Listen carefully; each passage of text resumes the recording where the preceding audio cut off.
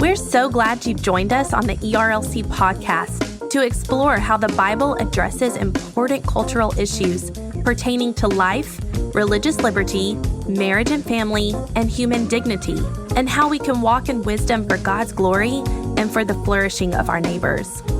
If you're enjoying this podcast and find it helpful, please leave a review wherever you listen. This will help more people find and benefit from what we're learning together.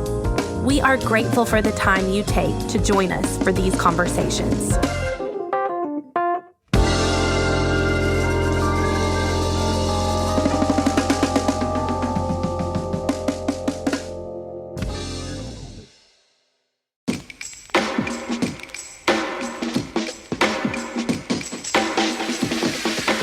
Welcome to the ERLC podcast, where our goal is to help you think biblically about today's cultural issues.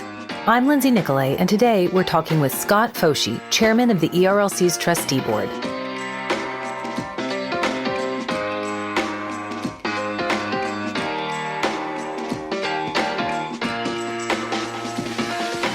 Whether engaging with issues of life, religious liberty, marriage and family, or human dignity, the ERLC works to ensure that Southern Baptist convictions are at the table in the cultural and policy discussions of our nation's leaders. This commission also serves as a resource for Southern Baptist pastors and churches, equipping them to think and respond faithfully in a rapidly changing world. On today's episode, we're joined by Scott Foshie, chairman of the ERLC's Board of Trustees, to explore the far-reaching influence of the ERLC from the halls of Congress to the heart of the local church. Since 2019, Scott has served as the church health team leader for the Illinois Baptist State Association. Before joining the state convention staff, Scott pastored churches in Tennessee and Illinois for 20 years. He and his wife Audra have been married for 23 years and have 3 children. Now let's turn to my conversation with Scott about the work of the ERLC.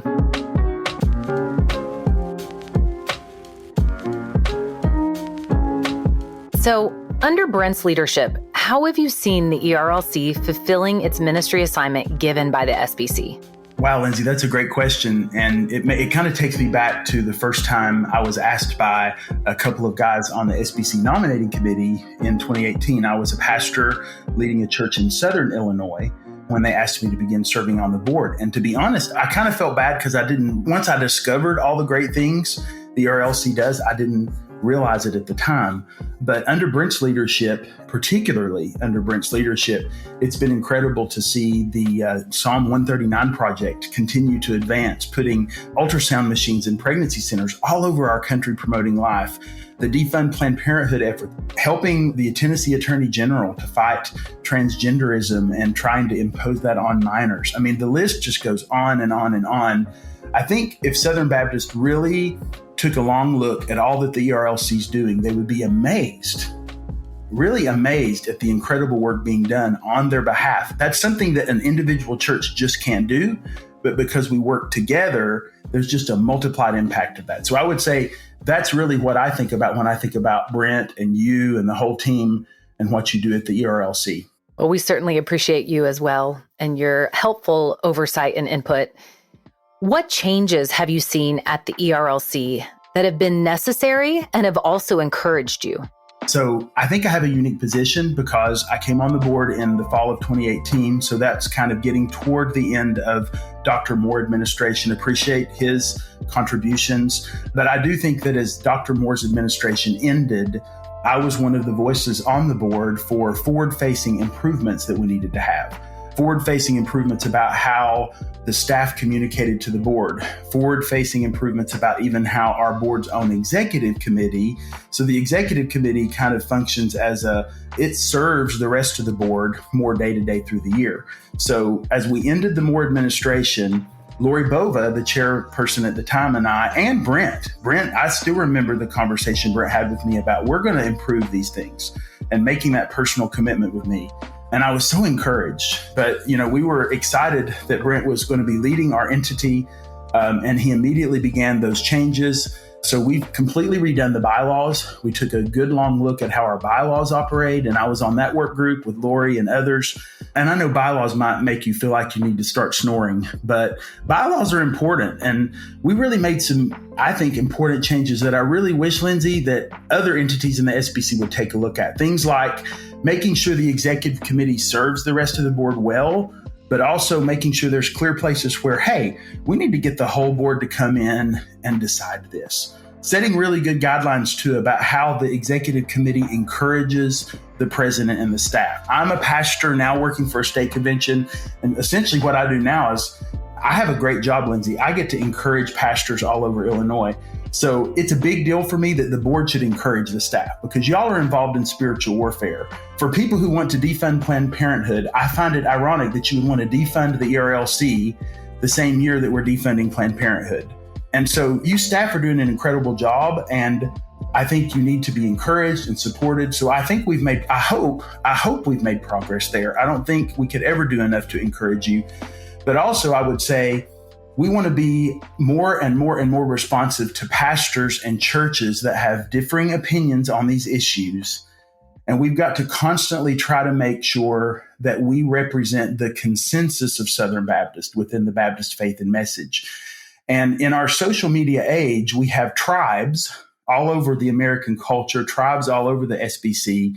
And sometimes social media may cause us to be misguided in thinking that just because we don't agree on 100%, that we automatically agree on 0%. And I think Southern Baptists agree on so much, and the ERLC is trying to focus on that. Brent is leading us to focus on that, and that encourages me. Scott, you mentioned defund Planned Parenthood. What have been some other particular wins of the ERLC that our churches and our pastors should know about? I mean, again, I mentioned Psalm 139 as well. I think that is probably one of the biggest wins for Southern Baptists that the ERLC does. I was blessed with Rachel Wiles just a couple years ago when we presented an ultrasound machine provided through Psalm 139 to a pregnancy center right here in Illinois in Shelbyville. And if you could have just seen the faces of the volunteers, the directors, and Rachel was so encouraging to them, and it was an honor to be there with her to encourage them. But to me, that is just a tremendous win. And we need to see 100, 300, 500 more as the ERLC continues to lead Southern Baptist in that effort. I think that's a huge win. Here's another one. Great resources for churches. The ERLC is sending out resources, and I believe every SBC church is receiving a print copy of an ERLC printed resource this month on things like gender confusion, religious liberty, God's design for marriage and family. Those are the kind of resources churches need. So I think that's a big need that I wish more Southern Baptists knew about, and I hope you'll take advantage of those things. Based on your insight into the inner workings of the ERLC, how do the ERLC stances and work line up with the SBC, Baptist Faith and Message, and with resolutions that messengers have adopted? That's a great question, Lindsay. And I think that's part of the challenge. It's like when I came on the board as a pastor of one church, I have distinctive positions. There's things that I would probably agree with Southern Baptists about, but we all have distinctive positions as Southern Baptists. For instance, how many fellowship meals should my church have per year? Or, where should the Lord's Supper be in the order of service? We all have maybe different ways of doing that, but there's so much we agree upon. And I would say I wish Southern Baptists knew what a wonderful yet challenging task that is, to discover where is the Baptist consensus. And sometimes if you look back across the Southern Baptist Convention's history, our consensus has changed on things. We were not a pro-life convention before the conservative resurgence back, was that in the 80s that really happened? The conservative resurgence, Lindsay, was all about getting Southern Baptists back to the Bible, and we're anchored in God's Word. And I have personally observed that the ERLC is committed to God's Word, faithful to our biblically conservative values, and that's where we're going to stay rooted as we move into the future. And so the ERLC always has to reflect that consensus, and today we're reflecting the Baptist Faith and Message 2000, which I love because it's biblically rooted. And so I have personally observed the ERLC representing that consensus well on the area of life.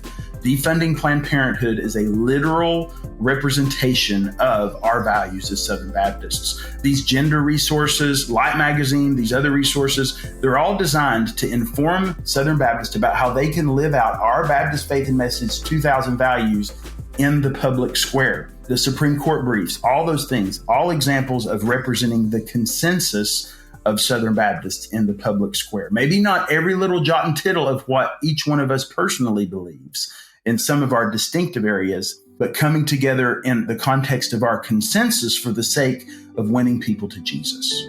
Does the work of the ERLC matter practically for our churches? Absolutely it does. It matters practically. In fact, what I would say is that the ERLC takes the gospel and puts shoes on it in a lot of ways. In other words, it's the living out of the gospel in the context of the public square. But what's cool about the ERLC is there's this public square facing side of the ministry.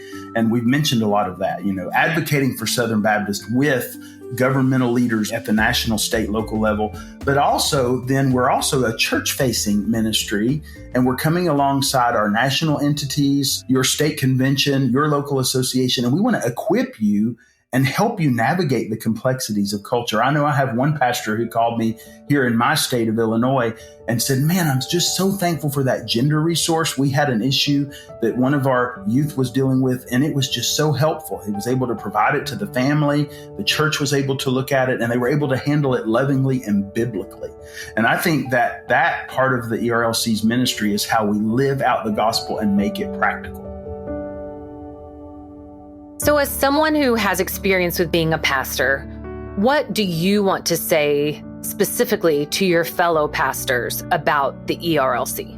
Lindsay, that is a wonderful question, and it's a question that I hope every pastor will ask about himself. First of all, I would say, do I really know what I need to know about the ERLC? I think that's a good question every pastor should ask, and I would be careful to make sure you get the facts straight from the source. Don't listen to hype that's maybe one-sided or one-faceted about the ERLC. Go to the website. Go to ERLC.com, and I think there's a great description of all the different ministries that we have. If you've got questions, we have a FAQ page, an FAQ page, that really answers a lot of questions, and particularly answers questions maybe that have been asked about recent years in the ministry and even the positive changes that are happening. And we'll keep adding to that as we need to, because we want you to be fully informed. So I would say to every pastor, first of all, get the facts. Don't just listen to one person's perspective about it. Get the facts. And then I think what you're going to find, and this is what I would like you to know about the ERLC. First of all, it's a biblically faithful ministry. It's biblically faithful. I have personally spent significant time with the staff of the ERLC, and these are committed Southern Baptists. They affirm the Baptist Faith and Message 2000, and they are representing you well on your behalf. That's what I want you to know. Secondly, they need some encouragement from you. When you use a resource, you see something, would you just maybe shoot an email, drop a comment on social media, thank them for the good job that they provide. So I would say to my fellow pastors, encourage these faithful servants at the ERLC. And then thirdly, I would say, we need to hear from you. If you see things that are going well, we'd love to hear that. If you see improvements that we need to make, we have a posture of always wanting to be better. I don't know about you, and maybe, Lindsay, you're perfect, but I'm not. I know you would say you're not perfect. We're all on the journey together. And Pastor, you know that you're struggling and striving to be more like Jesus like I am. The ERLC wants to be like Jesus, and we know we're going to need to continually improve. And so speak into that, but also have a loving Christian spirit, and let's cooperate together for the sake of the gospel. Southern Baptists from the very beginning had different opinions. And you've heard that joke that where there's two Baptists, there's at least 5 opinions. And I think we need to remember that cooperation means laying aside some smaller differences for the greater mission of the gospel. And I would say to my pastor friends, let's do that. And I think that is the basis for our cooperation at every level in Southern Baptist life. And it's a beautiful thing. I am so glad God allowed me to, first of all, to know the gospel and to be saved. But also I'm thankful that he allows me to be a Southern Baptist. And the ERLC is one reason I'm proud to be and thankful to be a Southern Baptist. What are your hopes for the ERLC and its role within the Southern Baptist Convention in the future? I'm praying that the confidence in the ERLC and that the truth about the ERLC gets out in our SBC culture so much that these motions to defund and abolish become a thing of the past.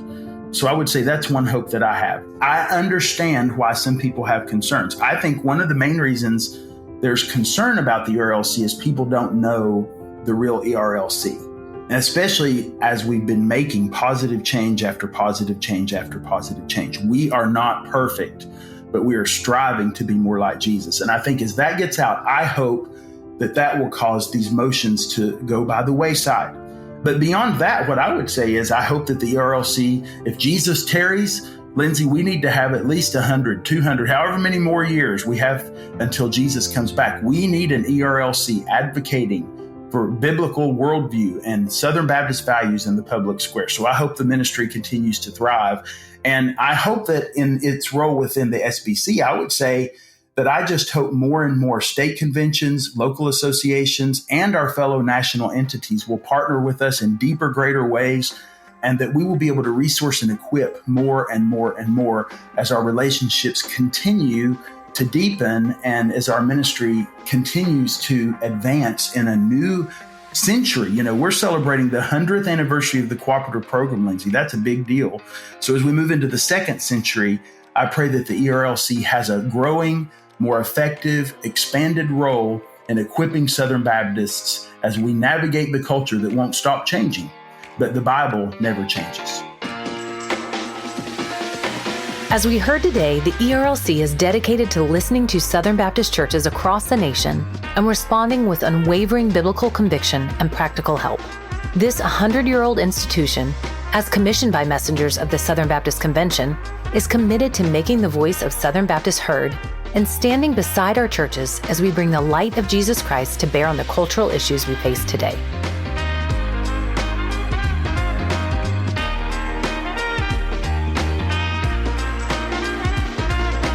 Thanks for listening to this episode of the ERLC podcast. Join us next time as we look back on 100 years of cooperation within the Southern Baptist Convention.